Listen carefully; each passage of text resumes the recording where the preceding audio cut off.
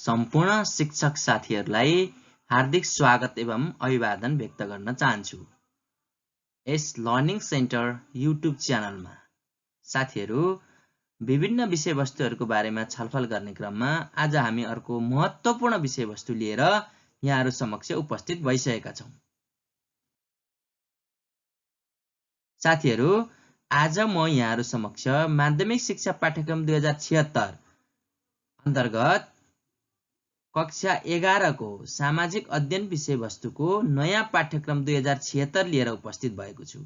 पक्कै पनि साथीहरू, यहाँहरूको लागि यो नयाँ विषयवस्तु रहन सक्छ र जो सामाजिक अध्ययन प्राध्यापन गराउनुहुन्छ शिक्षक साथीहरूको लागि यो उपयोगी हुन्छ भन्ने महसुस गरेको छु। साथै तपाईहरूले यस लर्निङ सेन्टर युट्युब च्यानललाई सब्स्क्राइब गर्दिन, कमेन्ट गर्दिन, लाइक अनि सेयर गर्न नभुल्नुहोला। साथै आवश्यक पृष्ठपोषण पनि दिनुहोला। ल त साथीहरू, विषयवस्तुतर्फ प्रवेश गरौँ। यस कक्षा 11 को सामाजिक अध्ययन नयाँ पाठ्यक्रम 2076 को पृष्ठभूमिका रूपमा केही बुदाहरू यहाँहरू समक्ष राखेको छु। विद्यालय शिक्षाको कक्षा 1 देखि 10 सम्म सामाजिक अध्ययन अनिवार्य विषयको रूपमा अध्यापन हुँदै आएको छ साथीहरू, जसमा राष्ट्रिय पाठ्यक्रम प्रारूप 2076 ले कक्षा 11 मा सामाजिक अध्ययन विषय समावेश गर्ने व्यवस्था गरे अनुरूप यस विषयको पाठ्यक्रम विकास गरिएको छ। यस तहमा सामाजिक अध्ययन विषय समावेश गर्नुको मुख्य उद्देश्य विद्यार्थीलाई खोज पद्धतिमा युक्त बनाई जिज्ञासा समाधानका लागि प्रश्न गर्न सक्ने, तथ्याङ्क सङ्कलन तथा विश्लेषण गर्न सक्ने र उक्त तथ्याङ्क तथा सूचनालाई जीवन उपयोगी बनाउने क्षमताको विकास गराउनु हो। यसमा समाजमा घट्ने घटनाको विश्लेषण गरी त्यसका कारण तथा प्रभाव खोज्ने र कुनै पनि विषयप्रति समालोचनात्मक दृष्टिकोणबाट विश्लेषण गर्ने सिपको विकास गराउन जोड दिएको छ। यसैगरी विद्यार्थीलाई भौगोलिक, ऐतिहासिक र समसामयिक विषयसँग परिचित भई सम्बन्धित विषयमा विश्लेषण गर्न सक्ने एक सचेत नागरिक तयार गर्नु पनि यस विषयको मुख्य उद्देश्य हो। कक्षा 11 मा यस विषयका लागि पाठ्य घण्टा 5 र वार्षिक कार्य घण्टा 160 निर्धारण गरिएको छ। यस विषयमा विद्यार्थीको सिकाइ स्तर मूल्याङ्कनका लागि सैद्धान्तिक र प्रयोगात्मक दुवै विधि प्रयोग गर्ने व्यवस्था गरिएको छ। कक्षा 11 मा 10 वटा विषयगत क्षेत्रहरू समावेश गरी निम्नानुसारको सिकाइमा जोड दिएको छ। सामाजिक अध्ययन विषयले सचेत र सक्रिय ज्ञान दिन्छ। यसले हाम्रो वरिपरि रहेका सबै परिस्थिति र सम्बन्धहरू ऐतिहासिक विकास र सामाजिक परिवर्तनका उपलब्धि हुन् भन्ने बुझाउँछ। हाम्रो वरिपरि रहेका वस्तुहरू भौगोलिक, आर्थिक, राजनीतिक, सांस्कृतिक, लैङ्गिक आदि प्रक्रियाहरूद्वारा निर्मित भएका छन्। हामीले खेती गर्ने जमिन र पिउने पानी, जीवन मरण, कलम र कापी, टेबल र मेच लगायत नातागोता, साथीभाइ आदि सबै यही समाजका उपज हुन्। हामी हरेक व्यक्ति इतिहास र समाजका उपज हौँ। इतिहास र समाजलाई पुनर्गठन गर्ने कर्ता पनि हामी नै हौँ। यस अर्थमा गतिशील समाजमा सामाजिक परिवर्तनका भाग पनि हामी व्यक्ति नै हौँ। यस विषयले हाम्रा पुर्खाहरूले सृष्टि गरेको समाजको विकासक्रम र उक्त समाजमा हामी आफै कसरी त्यस सृष्टिका अङ्ग बन्यौँ भन्ने बोध गराउँछ। यसले मानव समुदाय, सामाजिक परिपाटी र मूल्य तथा मान्यताका बीचमा रहेका समानता र विविधतालाई बोध गराउँछ। आफ्नो परिपाटी ठिक र अरूको बेठिक भन्ने मानसिकताबाट मुक्ति दिलाउँछ। त्यसैगरी साथीहरू, विश्व समुदायमा छरिएर रहेका मानव समुदाय र सामाजिक परिपाटी, मूल्य तथा मान्यताहरूमा रहेका विविधताको सम्मान र संरक्षण गर्न सिकाउँछ। व्यक्तिलाई कुनै पनि घटना र विषयहरूमा समालोचनात्मक दृष्टिकोण प्रयोग गरेर वा जाँचेर मात्र ग्रहण गर्न सिकाउँछ। भौगोलिक, ऐतिहासिक, आर्थिक, राजनैतिक, सांस्कृतिक, लैङ्गिक आदि कारणले सामाजिक विविधता तथा असमानताहरू रहेको कुरा बोध गराउँछ। समसामयिक परिवेश अनुकूल गुणस्तर जीवन सहित विभिन्न स्थान र परिवेशमा समायोजन भई बाँच्न सिकाउँछ। त्यसैगरी सामाजिक अध्ययन विषयको अध्ययन पश्चात विद्यार्थीमा निम्नानुसार सक्षमता हासिल गरेका छन् भनेर राखिएको छ। यसका सक्षमताहरू: 1. सामाजिक अध्ययनको अवधारणा, विधि, पहिचान, मानव जाति तथा समाजको विकास क्रम तथा सम्बद्ध विविधताको विश्लेषण, नेपालका विभिन्न पर्यावरणीय क्षेत्र र प्रदेशहरूबीचको अन्तर सम्बन्धको विश्लेषण, नेपाल र विश्वका प्रमुख ऐतिहासिक घटनाहरूको प्रस्तुति, नेपाली समाजमा रहेका जाति, जनजाति, वर्ग, समुदाय र लैङ्गिकताको पहिचान गर्दै समावेशीकरण र विविधताको सम्मान, नेपालका संविधानका प्रस्तावनाहरूको तुलनात्मक अध्ययन र वर्तमान संविधानका प्रमुख विशेषताहरूको विश्लेषण, जनसाङ्ख्यिक स्वरूप, जनसङ्ख्याको गतिशीलता, बस्तीको विविधता र सहरीकरणको अवस्था, कारण र प्रभावको समीक्षात्मक विश्लेषण। त्यसैगरी नेपालमा शिक्षा र स्वास्थ्य क्षेत्रमा पहुँच, गुणस्तर र लगानीको अवस्थाको पहिचान र विवेचना, नेपालको अर्थतन्त्रको बदलिदो स्वरूपको विश्लेषण, आर्थिक वृद्धि, दिगो विकास, सुशासन र समावेशिताको अन्तर्सम्बन्ध तथा समृद्ध र लोक कल्याणकारी समाज विकासका आधारहरू पहिचान, वैदेशिक नीति र छिमेकी देशहरूसँग सम्बन्धका आयामहरूको पहिचान र प्रस्तुति, राष्ट्रिय र अन्तर्राष्ट्रिय स्तरका ऐतिहासिक एवं समसामयिक परिवर्तनहरूको बोध र विश्लेषण, नेपाली समाजको पहिचान, सम्मान, सद्भाव, सहअस्तित्व र सदाचारको आत्मा साथसहित असल नागरिक भावनाको विकास। अब साथीहरू, म यहाँहरूलाई विषयवस्तुको क्षेत्र र क्रमको बारेमा बताउन गइरहेको छु, जसमा विषय क्षेत्र, विषयवस्तु कक्षा 11, कार्यघण्टा राखिएको छ। 1. सामाजिक अध्ययनको परिचय र विधि अन्तर्गत सामाजिक अध्ययनको अर्थ र स्वरूप, समाजसँग सम्बन्धित तथ्याङ्क तथा सूचना सङ्कलन विधि, आगमन, निगमन र सामान्यीकरण, गुणात्मक र परिमाणात्मक सूचनाको महत्त्व र वर्गीकरण, सहसम्बन्ध तथा कार्य-कारण सम्बन्ध स्थापना, परिमाणात्मक सूचना प्रस्तुत गर्ने तरिकाहरू जसमा सङ्ख्या, दर, अनुपात। त्यसैगरी 2 मा यसलाई 1/2 को रूपमा पनि हामी लिन सक्छौँ। मानव तथा समाजको उद्भव, मानव जातिको उद्भव र विकास, ढुङ्गे युगको संस्कृति गुजारा प्रणाली, कृषि युगको सुरुवात, विकास, पुँजीवादी र औद्योगिक विश्वको निर्माण र प्रभाव, आजको विश्वको विशेषताहरू र सामाजिक विविधता, सामाजिक सम्बन्धहरूको विकास र सामाजिक अन्तर्निर्भरता। त्यसैगरी 3 मा भूगोल र सामाजिक सम्बन्ध, जसमा विश्वको भौगोलिक चिनाइ र विश्व मानचित्रमा नेपाल, भौगोलिक विशेषता र पर्यावरणीय क्षेत्र, भौगोलिक विशेषताहरूले जीवन र समाजका निम्नलिखित पक्षमा पार्ने प्रभावहरू, जसमा अर्थतन्त्र, जीविकोपार्जन, क्षेत्रीय र प्रादेशिक अन्तर्सम्बन्ध, पहुँच र सहजता, गाउँ सहर सम्बन्ध, पर्यटन। नेपालका 3 पर्यावरणीय क्षेत्रका विशेषताहरूमा भौगोलिक, जनसाङ्खिक, आर्थिक, सामाजिक तथा सांस्कृतिक।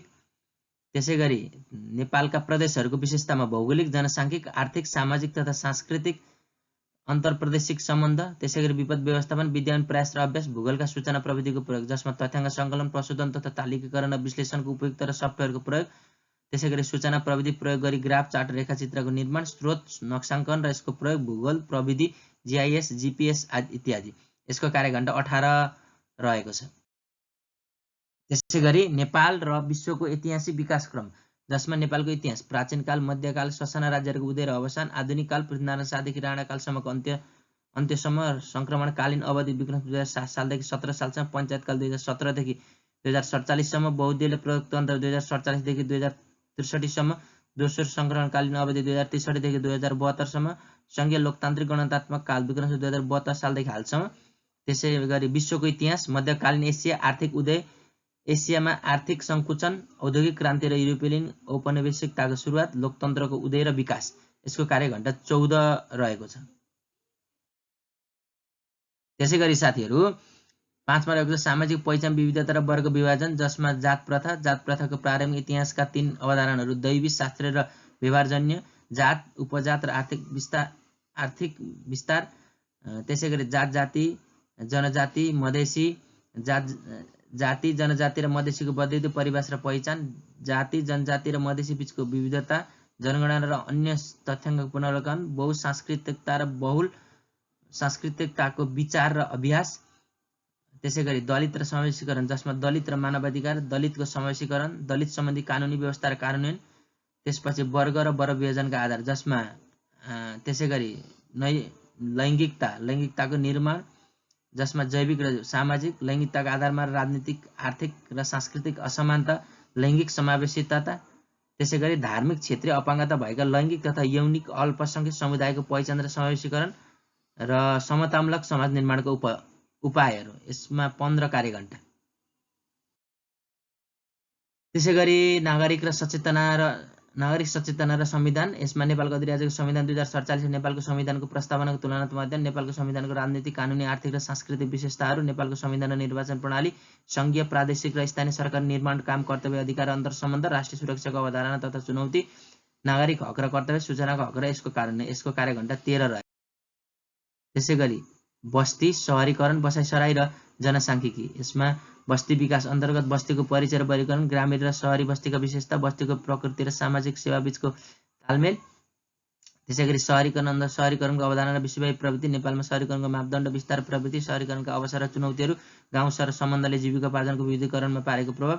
त्यसैगरी अर्को रहेको छ जनसाङ्खिकीको स्वरूप, जसमा जनसङ्ख्याको आकार वृद्धि र प्रादेशिक वितरण, जनसङ्ख्याको चाप र बदलिदो स्वरूप, जनसाङ्ख्यिक सङ्क्रमण, यसको सान्दर्भिकता, लिङ्ग, उमेर संरचनाको सङ्क्रमण, जन्मदर र मृत्युदरको मापन।